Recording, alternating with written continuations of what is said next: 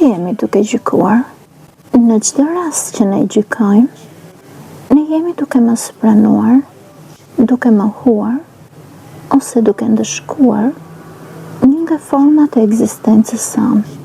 Sa herë që ne gjykojmë, ne jemi duke ndërtuar një mur midis ekzistencës sonë në botë dhe shpirtit tonë të vërtet. Sa më shumë mure të ndërtojmë, aq më vështirë do ta kemi të dëgjojmë zërin tonë të brendshëm dhe si rrjedhim të shërojmë vetveten. E njëjta që ndodh kur na kritikojnë.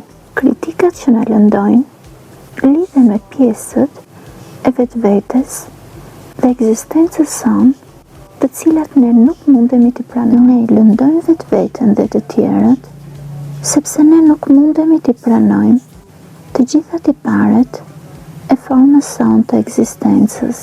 Ne nuk mundemi të përqafojmë vetveten dhe t'i themi: unë të shoh, unë të njoh, unë të pranoj.